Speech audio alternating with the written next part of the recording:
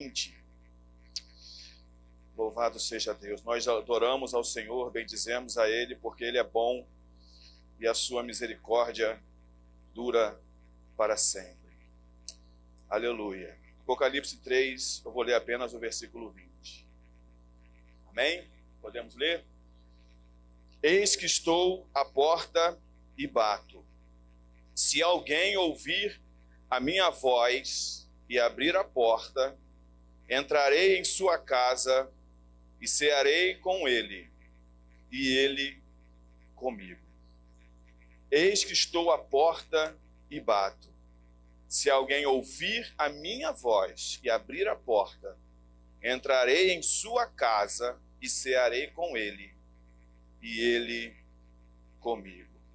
Amém, meus irmãos? Glória a Jesus. Esse versículo 20, ele faz parte de uma carta direcionada à igreja em Laodiceia. E, comumente, esse versículo, em especial, ele é usado nos trabalhos de evangelismo. Pessoas vão evangelizar, e ao evangelizar eles falam para aquele que está ouvindo, para aquele que não comunga da mesma fé, que Jesus está à porta, que está batendo na porta para que a pessoa abra a porta para que Jesus entre.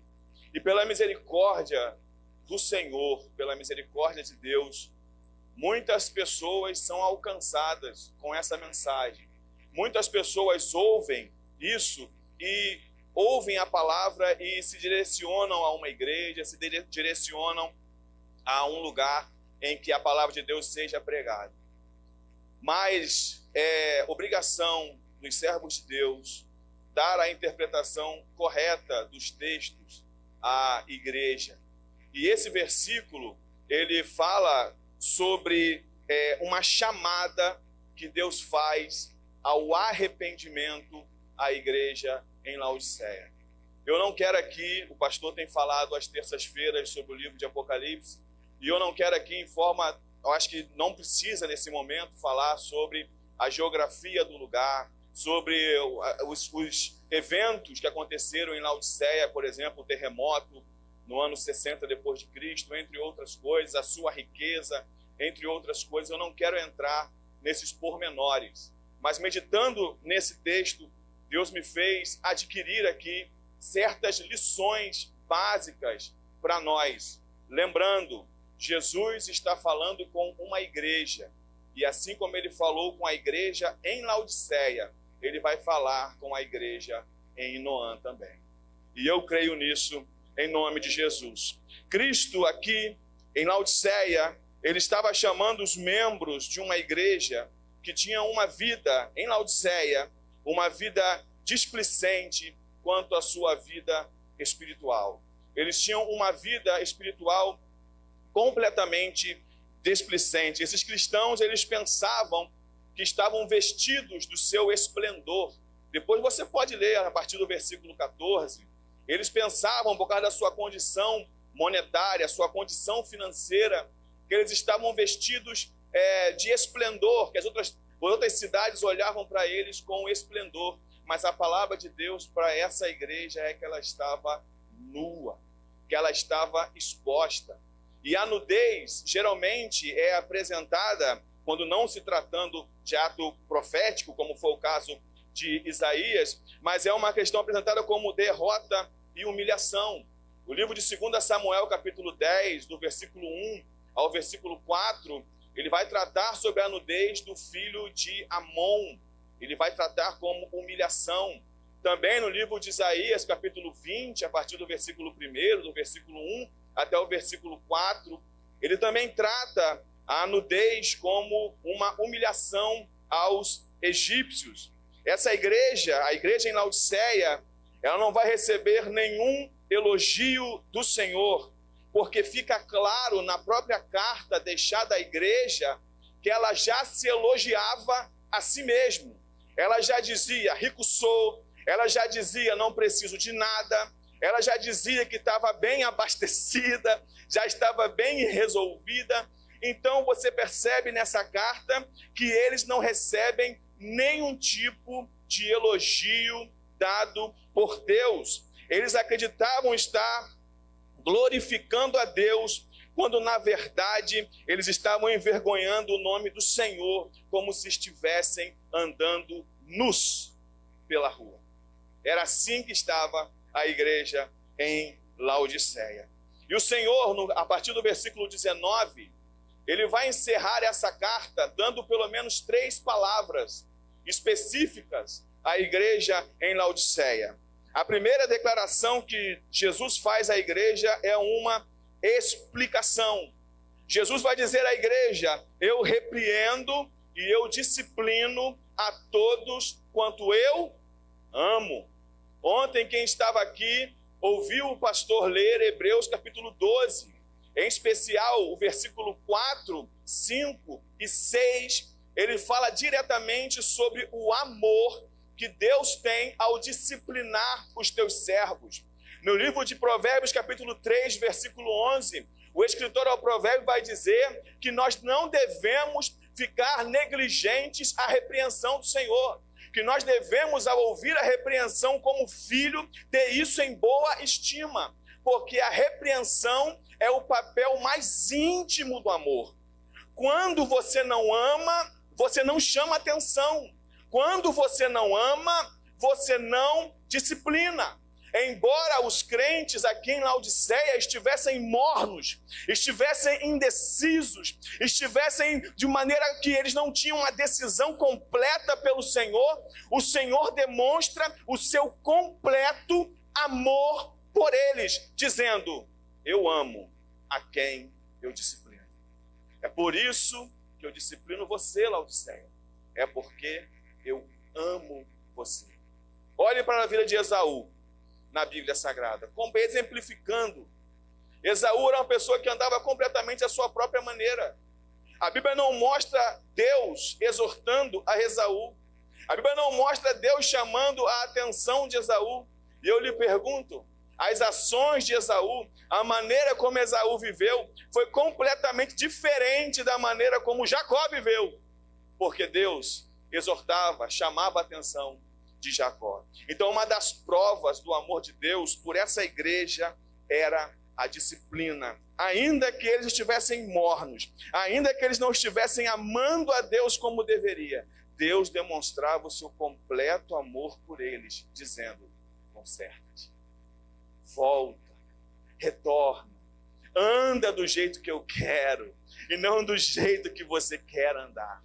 Essa é a maior prova do amor de Deus, de maneira didática aos seus filhos. Louvado seja Deus. Depois vem uma exortação. No versículo 19, na parte B, diz: sê, pois, zeloso e arrepende-te. Irmãos, meditando sobre esse texto, escrevendo sobre o texto, eu cheguei a alguns pensamentos, eu quero dividir com você. O que é ser zeloso? Zeloso é você cuidar. Zeloso é você querer que algo que está bom, que seja bom para você, permaneça no seu estado que deve permanecer. Por exemplo, por que a pessoa zela pelo seu automóvel, zela pelo seu carro? Porque ele quer que o seu carro permaneça bom, em ótimas condições. O povo de Laodiceia não estava mais zeloso pelo primeiro ensino. Não estavam mais zelosos pelas coisas que eles haviam aprendido. Então a palavra de Deus é: ser zeloso e arrepende-te. Ser zeloso e volte às primeiras obras, volte aos primeiros ensinos, volte àquilo que você, Laodiceia, aprendeu.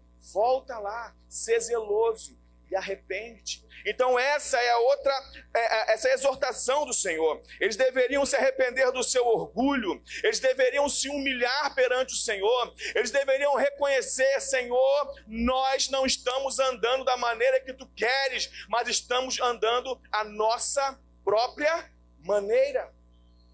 Então esse Deus demonstra o seu amor se importando com a sua igreja.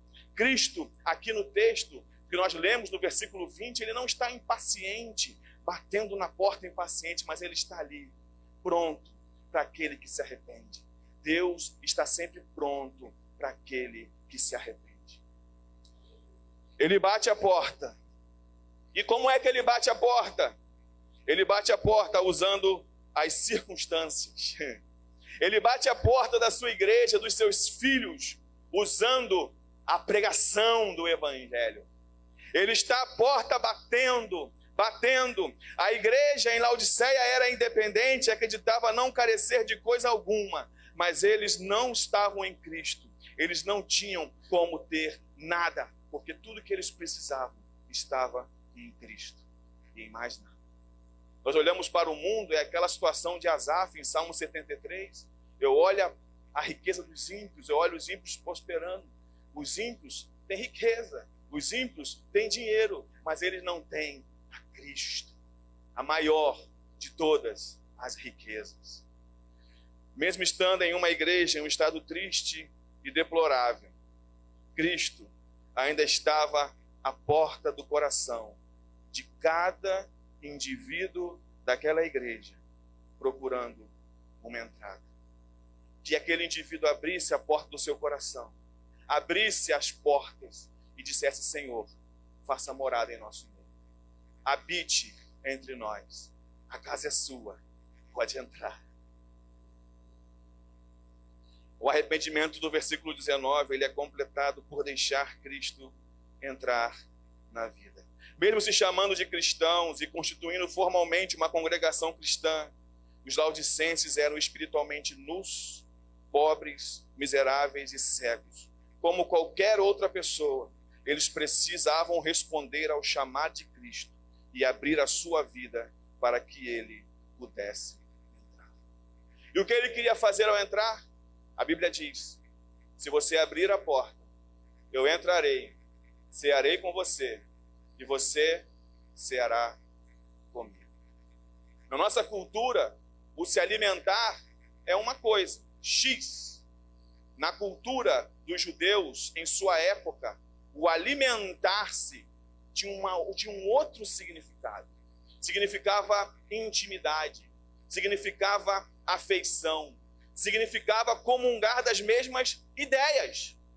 Em Lucas capítulo 15, versículo 2, Jesus ele propõe no capítulo 15 3 parábolas. A primeira parábola é da ovelha perdida, a segunda é da dracma perdida e a terceira é do filho esbanjador, do filho pródigo. Como o problema começa, meus irmãos? Você lembra como começa o capítulo 15? Jesus estava comendo com publicanos e pecadores. Então isso é o motivo dos fariseus e dos escribas terem ódio de Jesus. No capítulo 11 de Atos, a partir do versículo 3, Pedro está comendo com pessoas gentílicas. Então, os homens da circuncisão ficam completamente nervosos com aquilo, ficam chateados com aquilo, porque estava comungando da mesma mesa. O que Jesus está dizendo é: se você abrir, nós teremos a mesma ideia, a mesma afeição, o mesmo relacionamento. Eu cearei com você e você ceará comigo. Dito isso, eu quero dividir com os irmãos aqui algumas aplicações que Deus me fez perceber nesse texto. E eu espero em Deus que a partir dessas aplicações, que Deus fale com você também, tanto quanto Ele falou ao meu coração. A primeira coisa, Jesus bate persistentemente para chamar a atenção, de modo que ninguém jamais será capaz de dizer que o Senhor deixou de chamá-los. Jesus bate a porta. Você pode não abrir. Igual essa pregação essa noite. Você pode dizer assim: isso é um domingo, é um culto de celebração, vamos fazer um culto alegre, vamos pregar sobre outras coisas. Mas não, é de bater na porta e abrir a porta. E você pode falar assim: essa pregação para mim não serve. Porém, você não pode dizer que Jesus não bateu na sua porta hoje. Você não pode falar: Jesus não bateu aqui. É por isso que ele bate persistentemente. Eis que estou à porta e bato. Você pode simplesmente não abrir. Você pode dizer assim: não, eu não quero abrir. Mas sabe o que você não vai poder dizer? Jesus não bateu aqui. Você não vai poder falar isso. Jesus não bateu na minha porta no dia 23 de julho, na Assembleia de Deus em Noã. Você não pode falar isso, porque Jesus, ele bate a porta. Jesus estava na porta da igreja, chamando a igreja, e eles não atenderam. Mas nenhum deles vai poder dizer, eu não ouvi. Oh, aleluia! Aleluia! A segunda coisa que eu aprendo aqui é que uma única pessoa, você, eu, uma única pessoa, aleluia, que esteja disposta a abrir a porta, é suficiente. Eis que estou à porta e bato. Se alguém abrir a porta, eu vou entrar.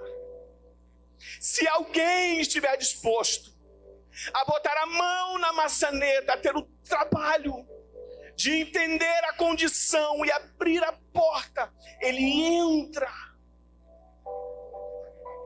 Ele participa. Um dia, Neemias abriu a porta e Deus restituiu os muros de Jerusalém. Um dia, Josias abriu a porta e Deus restaurou a Israel, o reino do sul. Um dia você abriu a porta e Deus restaurou a sua vida. Um dia o carcereiro abriu a porta e Deus salvou a sua família. É uma única pessoa que precisa abrir essa porta. Espere em Deus que seja você. Espere em Deus que seja eu. A terceira coisa que eu aprendo aqui nesse versículo é: aqui temos a ação divina e também temos a responsabilidade humana no mesmo versículo. Temos a ação divina e temos a responsabilidade humana. O indivíduo no texto aqui, a igreja em Laodiceia, um dia foi alcançada pela graça. A igreja em Laodiceia um dia foi tocada por Deus, transformada por Deus. Já foi um trabalhador assíduo da obra, mas ficou morno, ficou indeciso. Um dia, quem sabe, porque só tem uma maneira de ficar morno: é se você for esquentado ou se você for esfriado. Não tem uma outra forma. Ou você um dia estava em brasa e você foi perdendo a força, ou você um dia estava congelado e Deus te aqueceu. Ele não vai deixar você morrer. Mas o fato aqui não é de alguém que estava frio. Eu não quero aqui entrar na situação da geografia do lugar, das águas que vinham de Colossos. Eu não estou aqui preocupado nesse momento em falar sobre isso. Eu quero dizer a você que só pode ser morno quem, por definição, um dia esteve em outra condição. Um dia foi quente, foi se esfriando, foi andando devagar, foi trabalhando menos, até que ficou em estado de mornidão. Esse trabalhador aqui em Laodiceia, um dia foi isso tudo. Um dia foi fogo puro. Um dia foi. É esse aqui. Indeciso, vacilante. Então, em meio a isso tudo, nós temos a ação divina. Em meio a isso tudo, temos um Jesus que vai na porta e vai lá e bate. Vai lá e chama de novo. Porque ele é incansável em trazer de volta aquele que está se perdendo. Então ele bate na porta de novo. Jesus demonstra o interesse. É ele quem demonstra o interesse. É ele quem vai atrás da ovelha perdida. É Ele quem vai atrás da dracma perdida. É Ele quem sai para abraçar o filho que está voltando. É Ele quem vai na porta e bate mais uma vez.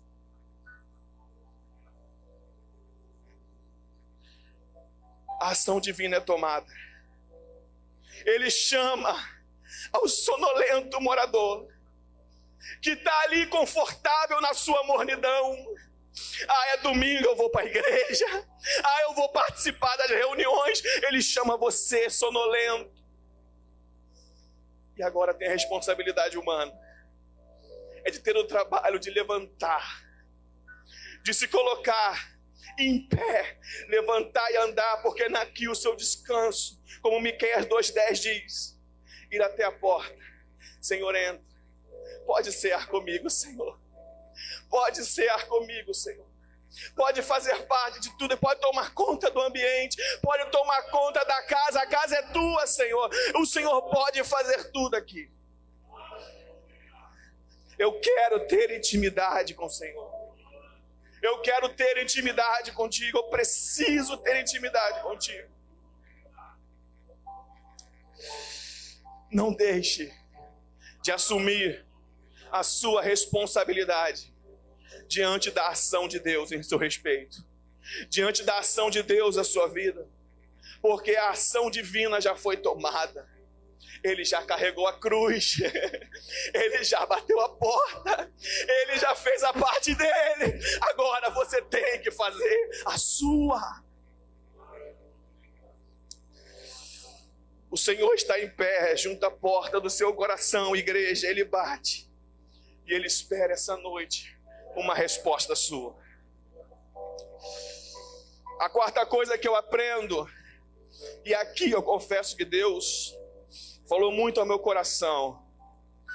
Deus falou muito ao meu coração aqui. Eu espero que Deus fale muito com você também. Cuidado com o perigo de confundir proximidade com comunhão. Porque quando Jesus bate a porta, você ouve a batida. Quem está do outro lado, você consegue ouvir o que a pessoa está falando, mas você ainda não está com ela. Ainda não está comungando com ela. O texto diz que Jesus está na porta, Jesus está perto. Você consegue ouvir Ele batendo na porta. Consegue ouvir a sua voz através da palavra. Pessoas pregam, você consegue perceber a presença de Deus. Você elogia a pregação, mas você sente que não tem comunhão com Deus. Você é infeliz, perde a comunhão com muita facilidade. Você peca por poucas coisas. A sua fé parece uma fé que não se sustenta. Você consegue ouvir a batida da porta, consegue chorar com a pregação do Evangelho, mas ainda não consegue se sentir completamente firmado. Mas eu me batizei, irmão, eu sei, eu também. Mas eu frequento aos trabalhos, eu sei, eu também frequento. Ah, mas você não sabe a luta que eu estou vivendo. Realmente isso eu não sei. Mas de uma coisa eu sei. Em Cristo nós somos mais do que vencedores. De uma coisa eu sei, essa certeza ninguém tira do nosso coração, do seu coração e do meu coração. Só que tem, infelizmente, como a igreja em Laodiceia, Jesus estava próximo, estava a um abrir de porta, sabe? A um abrir de porta, é só maçaneta, abrir a porta. Estava a essa distância, ela estava a essa distância da igreja, mas não estava dentro da igreja. Quando eu escrevi isso aqui, eu pensei, meu Deus, eu tenho que ter cuidado, porque nós podemos nos acostumar com a vida juntos. Podemos nos acostumar simplesmente a estar juntos. Podemos nos acostumar a ler a Bíblia só na igreja. Podemos nos acostumar a orar só na igreja. Podemos nos acostumar a cantar a Deus com o coração aberto só na igreja. Você está próximo, mas Deus não quer você apenas próximo. Deus quer você em comunhão. Uma porta não pode distanciar você de Deus. Não confunda proximidade com comunhão. Ao chegar na sua casa, não abra mão da comunhão com Deus. Não abra mão dos joelhos. Não abra mão da oração. Hoje você não ora mais como antes, não busca mais como antes. Vai se afastando e vai se acostumando a viver assim, se acostumando a viver assim, se acostumando a viver assim. Um dia a igreja em Laodiceia também se acostumou a viver assim. E Deus disse: você está morno. Você precisa voltar. A quinta coisa que eu aprendo aqui nesse versículo: não existe vida cristã saudável se Cristo está do lado de fora. Tudo que eu disse aqui, o que eu falei sobre a responsabilidade humana em meio à ação divina, o que eu falei sobre não confundir proximidade com comunhão, tudo isso que eu estou falando, a vida cristã saudável, que resiste aos problemas que aparecem, porque desilusão todos nós vamos passar. Problemas todos nós vamos viver. Decepções todos nós vamos viver. E posso te falar uma coisa? A sua vida com Deus não pode ter isso como fundamento. Fulano me entristeceu, eu abandono. Fulano fez isso, eu largo. Não faça isso, meu irmão. A vida cristã só é saudável se Cristo está dentro. Se Cristo estiver dentro. Eu costumo falar, inclusive até falei isso hoje com o pastor. Falei, sabe, eu não consigo ver diferente. Eu não consigo ver diferente. Não consigo ver. Eu já tentei, eu confesso. Mas eu não consigo ver diferente. Quando uma pessoa ela abandona a fé cristã porque foi decepcionada por alguém, porque alguém a chateou ou porque alguém a decepcionou. A minha confiança está... A confiança total e completa está em Deus. Ele eu sei que não vai me decepcionar. Eu, por definição, eu confio em todos vocês. Como assim, irmão? Não estou entendendo. Sim. Quando você conversa com alguém, quando você senta com alguém, quando você trabalha o mês inteiro para receber no final do mês, está confiando que seu patrão vai te pagar. Você acaba confiando, por definição, nas pessoas. Mas a confiança total e completa da sua alegria, da sua vida, da sua permanência, a sua confiança é somente em Deus. Apenas nele. Cristo tem que estar do lado de dentro. Se você quiser ter uma vida saudável, a sua porta tem que estar escancarada para ele entrar. Escancarada. Enfim, o que de positivo, se é que tem uma notícia boa que eu posso tirar aqui desse texto, eu quero dividir em 3 para os irmãos e já terminar. A primeira coisa boa, a primeira notícia boa que eu tiro desse texto para a minha vida e quero dividir com você é que Cristo não desiste de você e nem de mim. É Ele quem está batendo na porta. Ele não desiste de você. Ah, mas irmão, não, Ele não desiste de você. Mas nem eu acredito mais em mim, meu irmão. Ele acredita. No sentido antropocêntrico da palavra. Ele acredita em você. É por isso que ele está lá, ó, chamando seu nome. Mas meus pais não acreditam, Marcelo, mas em mim ele acredita. Meu marido não acredita mais em mim, ele acredita. Ah, eu acho que nem o pastor acredita mais em mim. Ele acredita. É por isso que ele está lá, ó, batendo na porta do seu coração. A segunda coisa que eu aprendo aqui é que Cristo está sempre disposto a estabelecer comunhão com a sua igreja. Se você abrir a porta, ele vai cear contigo e você vai cear com ele. Ele sempre está disposto a estabelecer comunhão com a sua igreja. E o terceiro ponto, para terminar, e o mais fantástico desse texto, é que quando ele entra, é ele quem assume o controle. Eu entrarei, e o que vai acontecer, Senhor? Vai acontecer exatamente isso. Eu cearei com você, e você ceará comigo. Eu assumo o controle. Sou eu que faço daqui para frente. Eu quero deixar uma reflexão para você, uma reflexão, terminando essa mensagem. Quem está no controle do seu coração? Porque se ele está no controle, é ele quem determina o que deve ser feito. É ele quem determina como as coisas vão andar. Que Deus possa abençoar o coração dos meus irmãos, abençoar a sua vida. E que essa mensagem possa fazer morada em você.